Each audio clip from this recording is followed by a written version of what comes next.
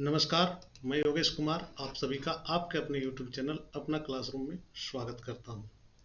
दोस्तों, आज हम लोग 7, 8, 9 एंड 10th जेपीएससी के बारे में बात करेंगे। बात क्या करना है इस संबंध में सारी चीज़ें तो हो चुकी है। प्रारंभिक परीक्षा हो चुकी है 19 सितंबर को, जैसा कि आप लोगों ने देखा और जिन्होंने दिया है उनकी तो बात मैं करूँगा, उन्हीं से संबंधित ये वीडियोज हैं। तो आज हम लोग पूरा कंप्लीट एनालिसिस करेंगे जेपीएससी की प्रारंभिक परीक्षा में किस प्रकार से आप लोगों का आंसर की रिलीज की गई, फिर से रिवाइज्ड आंसर की रिलीज की गई, फिर से रिवाइज्ड आंसर की रिलीज की गई, परंतु अभी तक बच्चों में कंफ्यूजन ही है। अभी भी कंफ्यूजन है। अभी भी कंफ्यूजन किस बात की है? तो अभी भी कंफ्यूजन इस बात की है कि हमने जो परीक्षा दी है, हमारी जो उत्तर है वह कितनी गलत है और कितनी सही है। क्योंकि अभी भी कई अभ्यर्थियों को ये लगता है कि मैंने जो उत्तर दिया था वो सटीक था, परंतु जेपीएससी ने गलत दी। दोस्तों, एक बात मैं बता देता हूं कि जेपीएससी की परीक्षा जो 19 सितंबर को हुई, 19 सितंबर के बाद इतनी जल्दीबाजी क्यों थी आपको आंसर की देने की? इतनी हड़बड़ी क्यों थी? तो कई सवाल आए और इन सवालों का जब जवाब मैंने खोजा तो कई महारथियों ने यह भी कहा कि सरकार को कुछ दिखाने का स्थान नहीं मिल रहा था। तो ऐसा नहीं है, क्योंकि अभी इलेक्शन भी नहीं है। अगर इलेक्शन होता तो ये सारी बातें शोभा देती। कुछ ना कुछ तो खामियां रहती है और कुछ खामियों के साथ साथ में यहाँ पर प्रॉब्लम्स हमेशा से, ये सारी चीजें आप लोगों को प्रॉब्लम्स में देखने को आप लोगों को मिलती ही है। तो यही खामियों का हर्जाना बच्चे भुगतते हैं और कैंडिडेट्स को भुगतना पड़ता है। चलिए आज हम लोग विस्तार से कट ऑफ को, कब रिजल्ट आएगा इस बारे में और कितना जाने वाली है सभी की कट ऑफ, इस बारे में हम लोग आज चर्चा करेंगे और समस्त बातें आज हम लोग करेंगे। तो जैसा कि आप लोग यहाँ देख रहे हैं कि जेपीएससी की पीटी की एग्जाम हुई आपकी 19 सितंबर को, यानी कि 19 सितंबर को आप लोगों की एग्जाम हो गई थी और आंसर की लगभग 4 से 5 दिनों के अंदर आंसर की जारी कर दी गई। यहीं पर सबसे बड़ी गलती हुई, क्योंकि उन्हें होमवर्क करनी चाहिए थी और उन्होंने होमवर्क की नहीं और डायरेक्ट आंसर की जारी कर दी। अब आंसर की में बहुत सारी त्रुटियां मिल गई, लोग कैंडिडेट को बहुत सारी समस्याएं आने लगी। तो उन समस्याओं को समाधान के लिए एक तिथि मुकर्रर की गई और उस तिथि के बाद एक रिवाइज्ड आंसर की भी आप लोगों के सामने आ गई। रिवाइज्ड आंसर की से भी संतुष्ट नहीं हुए लोग, उसके बाद लगातार ईमेल किए जा रहे थे। ईमेल करने के बाद सिर्फ एक प्रश्न को आपके सामने लाया गया कि ये प्रश्न गलत हो सकता है। ऐसा नहीं है, कई ऐसे प्रश्न भी थे जिन पर लोगों की आपत्ति थी, तो वो एक प्रश्न को फिर से सुधारा गया। इस प्रकार से जेपीएससी ने क्या किया कि आपके जो मार्क्स थे उस मार्क्स में थोड़ा सा वेरिएशन ला दिया। अब कैंडिडेट्स के सामने सबसे बड़ी समस्या ये है कैंडिडेट्स के सामने कि अब कट ऑफ कितना जाएगा। क्योंकि अभी देखिए ओएमआर सीट का जहां तक बात करेंगे तो 85% तक ओएमआर सीट की चेक हो चुकी है। ओएमआर सीट की 85% तक चेक हो चुकी है डीपी के टाइम में और 15% बाकी है। तो 15% चूंकि मंडे है, आज मंडे है और तो मंडे से फिर से सारे काम स्मूथ चलने लगेंगे, तो बहुत ही जल्द ये संभावना है कि ये कंप्लीट हो जाएगी। परंतु क्या इससे सारी समस्याओं का समाधान हो गया? ये समस्याएं जो थी वो खत्म हो गई? तो देखिए, समस्याएं तो चलती रहेगी जेपीएससी के साथ और ये फ्लो चार्ट में आप देख सकते हैं कि आंसर की एक बार जारी होती है, फिर से रिवाइज आंसर की जारी होती है, फिर से रिवाइज आंसर की जारी होती है। अब कहा जा रहा है कि ओएमआर सीट की जांच हो रही है, 85% तक जांच हो चुकी है, 15% अभी भी बाकी है। यानी कि अगर इसको आधार बनाया जाए रिजल्ट का तिथि को, तो ऐसा माना जा सकता है कि 15% अगर बाकी है तो यह लगभग एक सप्ताह के अंदर हो जाना चाहिए। और अगर ऐसी होती है तो अक्टूबर लास्ट वीक या नवंबर फर्स्ट वीक में आपकी रिजल्ट आना निश्चित है। यानी कि दीपावली तक आपका रिजल्ट संभावित है। दीपावली तक आपकी रिजल्ट आने की संभावना बहुत ही ज्यादा बनी हुई है। यहाँ पे कैंडिडेट्स को थोड़ा सा ध्यान देने वाली बात है कि आप जो सोच रहे हैं कि नहीं मुझे मुख्य परीक्षा की तैयारी करनी चाहिए या नहीं करनी चाहिए, इस प्रकार के बड़े सवाल आ रहे हैं, तो भैया मुख्य परीक्षा की आप तैयारी कीजिए, क्यों इसी के पीछे पड़े हुए हैं? आपके लिए तो बहुत सारे ऑप्शंस हैं ना बाद में, कि फिर से आप एग्जाम दे देंगे, तो उसमें क्या है? तो चलिए उसी को लेके हमने कट ऑफ पर एक छोटा सा रिव्यू बनाया है कि कट ऑफ कितने जा सकते हैं। तो कट ऑफ्स की जहां तक बात करेंगे हम लोग, तो यहाँ पर सबसे पहले जनरल में देखते हैं। जनरल में दो प्रकार के कैंडिडेट, या यूं कहें तीन प्रकार के कैंडिडेट है तो गलत नहीं होगा, क्योंकि महिलाएं भी हैं।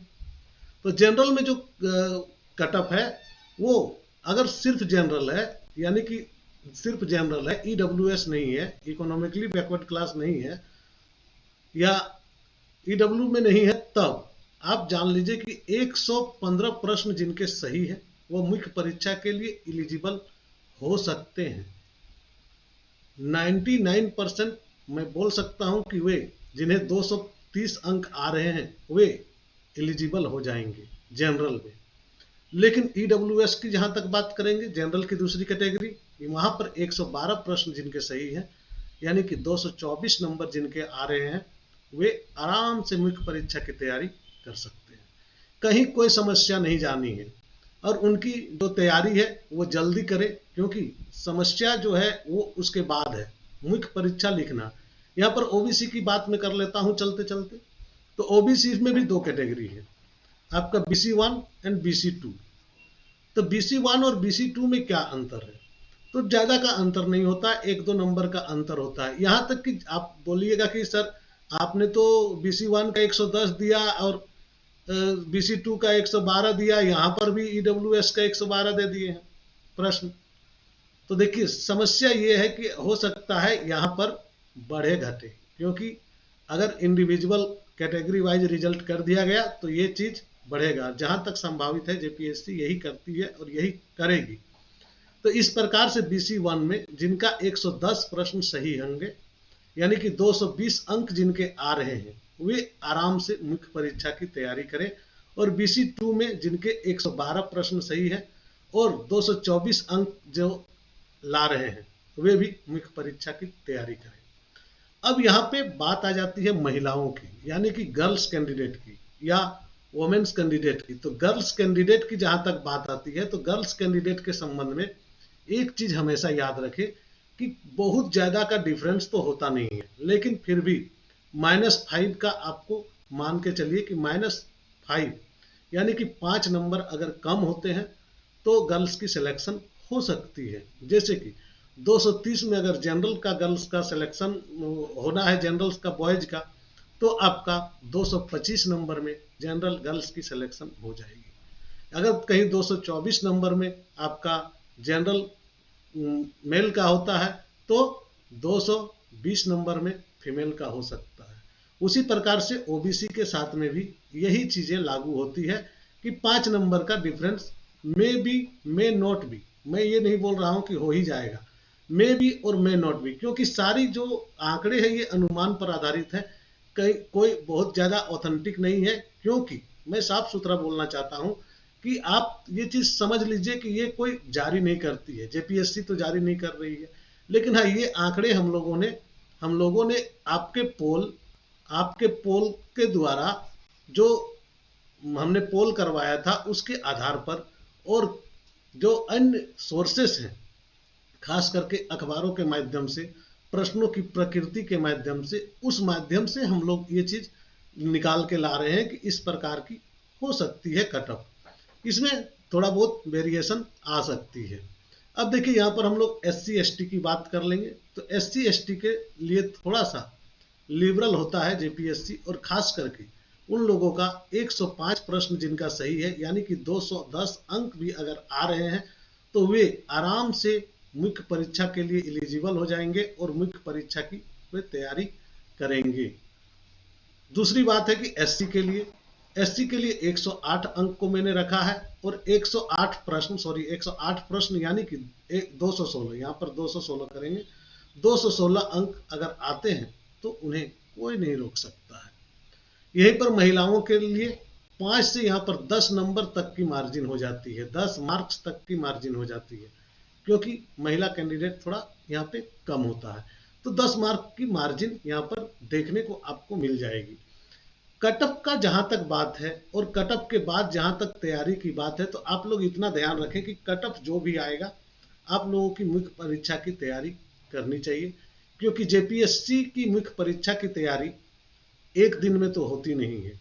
और अगर आपने अभी तक प्रारंभ नहीं किया तो ये यकीन मान लीजिए कि आप आने वाले जेपीएससी में भी प्रारंभ नहीं कर पाएंगे, क्योंकि मुख्य परीक्षा की तैयारी के लिए समय चाहिए होता है। और मुख्य परीक्षा की तैयारी जेपीएससी की बहुत ही अलग किस्म की है, क्योंकि यहाँ पर जो अन्य पीसीएस है उनके इतर यहाँ का सिलेबस है, और ये सिलेबस आपको थोड़ा सा परेशान करती है। कई कैंडिडेट्स इस प्रकार के सवाल भी पूछते हैं कि क्या पेपर का जो आपका लैंग्वेज पेपर है उसमें मैं ये रख लूँ। अभी भी ये सवाल पूछे जा रहे हैं कि लैंग्वेज पेपर में मैं ये रख लूँ। तो इस प्रकार के सवाल पर न उलझे, जो भी रखना है उसे रखें। सभी पेपर अंकदायी होते हैं, बशर्ते कि आपको अच्छे से उसमें लिखना होता है। ये नहीं कि पेपर रख लेने से आपको आ जाएगा।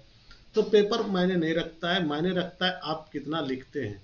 चलिए कुछ मुख्य बातों को जान लेंगे कि जेपीएससी की परीक्षा जो मेंस होगी उसमें आप लोगों को क्या क्या ध्यान देनी है। और देखिए, ये कटअप जितने भी हैं, 216 अंक हो, 210 अंक हो, 230 अंक हो, जितने भी हैं, इतना जान लीजिए कि ये ऑथेंटिक हो सकती है। और मैं इसके बाद फिर से आप लोगों के सामने जब ऑथेंटिक होगी तो चर्चा जरूर करूंगा। और आपको एक बात मैं बता देता हूं, मुख्य परीक्षा से संबंधित क्लासेस, मुख्य परीक्षा की क्लासेस आपकी 8:30 PM में अभी चल रही है, और बहुत जल्द 2 और क्लासेस लॉन्च हो जाएगी। 2 और क्लास लॉन्च हो जाएगी पूरे ऑनलाइन माध्यम में, यूट्यूब चैनल में, इसी चैनल में। और आपको मैं बता देता हूं कि यहाँ पर से भी आप अपना तैयारी कर सकते हैं। सबसे बड़ी बात, और कुछ बातें मैं आपको आगे की टॉपिक में बताऊंगा कि देखिए सिलेबस कैसे करें, अब आगे क्या करें। बड़े सवाल होते हैं कि अब करें तो करें क्या। तो सबसे पहले जान लीजिए कि सिलेबस को हाथ में पकड़िए और सिलेबस को रट्टा मारिए। पहले सबसे पहला काम होता है आपको सिलेबस को समझना। और इसे नहीं समझा तो आपने कुछ नहीं समझा, पूरा कंप्लीट जीरो है। तो सबसे पहले जो आपका काम होगा वो सिलेबस को अध्ययन करना है। और सिलेबस को इस प्रकार से अध्ययन करना है कि कहीं भी कोई भी टॉपिक छूटे नहीं उससे, क्योंकि सिलेबस यहाँ का दूसरा टाइप का है और सिलेबस से बहुत ज़्यादा वेरिएशन भी है। पिछले वर्षों के प्रश्नों को देखें, यानी कि पिछले वर्षों के प्रश्न, एक ही एग्जाम इस पैटर्न पर हुआ है, एक एग्जाम हुआ है इस पैटर्न पर, तो एक एग्जाम का तो देखें ही। लास्ट जो और जेपीएससी के एग्जाम हुए हैं, यानी कि 6th जेपीएससी तक जितने भी मुख्य परीक्षा के प्रश्न आपको मिल रहे हैं उसे आप जरूर देखें। भाषा का चयन से संबंधित बात है, तो भाषा का चयन सावधानी पूर्वक करें। जो लैंग्वेज में आप कंफर्टेबल हैं उसी लैंग्वेज को लें, किसी के बहकावे में ना आए। कहाँ से हो जाएगा ये चीज़ें आपको कोई मायने नहीं रखती है। आपको पढ़ना है, और आपको पढ़ने के लिए जो भाषा आपको आसान लगे, जो भाषा आपको समझ में आए, खास करके रीजनल लैंग्वेज का संबंध में जो बातें हैं कि जो भाषा आपके आसपास में बोली चाली जाती हो वही भाषा को आप प्रीफर करें, ताकि ज़्यादा से ज़्यादा आप स्कोर कर पाएँ। लगातार लिखने का प्रैक्टिस, ये तो सबसे इम्पोर्टेंट जो है, ये 1 नंबर में होना चाहिए कि लगातार लिखने का प्रैक्टिस। ये चीज़ें आपको हर हाल में करनी होगी, क्योंकि लगातार अगर आप नहीं लिखते हैं तो आपकी कहीं ना कहीं ये गलती आपको बहुत महंगी पड़ेगी। और ये लिखने का प्रैक्टिस करते रहना है, यही आपको रिजल्ट देगी, अंक देगी, और यही आपको सुनिश्चित करेगी आपका पद भी और आपका रिजल्ट का जो स्कोर होगा उसी के आधार पर आपका मेरिट लिस्ट भी बनेगा। तो दोस्तों, इस प्रकार से आप लोगों ने देखा कि यहाँ पर क्या क्या चीजें हैं। सबसे बड़ी बातें हैं कि ये जो समस्या है सभी कैंडिडेट्स के सामने है। तो खोरठा ले कि नागपुरी ले, इस प्रकार के फोन भी आते रहते हैं और इस प्रकार के मैसेज भी आ रहे हैं। तो देखिए, मैं उन लोगों को बताऊंगा कि जो चीजें आपको आसानी से समझ में आ जाती है उन्हीं सब्जेक्ट को आप अपने पास रखें। अदरवाइज आप ज्यादा इधर उधर भागम दौड़ न करें। मुख्य परीक्षा में सबसे ज्यादा चीजें हैं कि आपको प्रैक्टिस करनी है और ज़्यादा से ज़्यादा लिखने का। मैं किसी कोचिंग संस्थान का विरोधी नहीं हूँ, लेकिन हाँ, थोड़ा पैसे बहुत ज़्यादा लग जाते हैं, इसलिए मैं कहता हूँ कि थोड़ा सावधानी से कोचिंग सेंटर का चयन करें। लेकिन लिखने का अभ्यास अगर आप अपने से करते हैं तो थोड़ा सा दिक्कत तो होगी, लेकिन ऐसी नहीं है कि आप नहीं कर सकते। घर बैठे भी आप कर सकते हैं। टाइमर लगा लीजिए और अपना जो क्वेश्चन है उसको उठाइए और फिर लिखने का प्रैक्टिस कीजिए, तो वो भी संभव हो सकता है। लेकिन कोचिंग सेंटर में क्या होता है, एक सटीक मार्गदर्शन होता है जिसके आधार पर अभी कम समय में आप उसको तैयारी कर सकते हैं। मैं किसी कोचिंग सेंटर का नाम नहीं लूंगा, लेकिन हाँ, आप कर सकते हैं। लेकिन यहाँ पे देखिए, आप जहाँ पर हैं अभी अपना क्लासरूम में, तो अपना क्लासरूम आपको मुख्य परीक्षा से संबंधित कंटेंट देती है, लेकिन मैं ये नहीं बोलूंगा कि इसी पर आधारित आप रहें, क्योंकि अभी आपके पास समय जो है वह कम से कम समय है और ज़्यादा से ज़्यादा आपको पढ़ना है। तो और भी जो भी सोर्सेस मिलेंगे, आप उन सोर्सेस को भी ध्यान में रखें और मुख्य परीक्षा के लिए जुड़ जाएं। यहाँ कई बातें आपको ध्यान देने वाली बात है कि कई लोग इस प्रकार के होते हैं कि मुख्य परीक्षा में लिखें क्या। तो देखिए, पहला बात है कि शुद्धता आपका होना चाहिए। दूसरी बात है कि सटीकता आपके पास होनी चाहिए। सटीकता कहने का मतलब टू द पॉइंट। तीसरी बात है कि आपके पास जानकारी होनी चाहिए। ये चीजें आपकी होनी चाहिए और आपको समस्या को समझने की कैपेसिटी होना चाहिए। क्या प्रश्न पूछना, प्रश्न की मांग को आप समझ सके। प्रश्न की मांग क्या है, उसके अनुसार आप अपनी जो है लेखनी को चलाएं और उसके अनुसार आप लिखने का प्रैक्टिस करें। तो आप सभी को आशा करता हूं कि ये वीडियो अच्छा लगा होगा और आपको थोड़ा बहुत मोटिवेट भी मैं कर पाया हूँगा।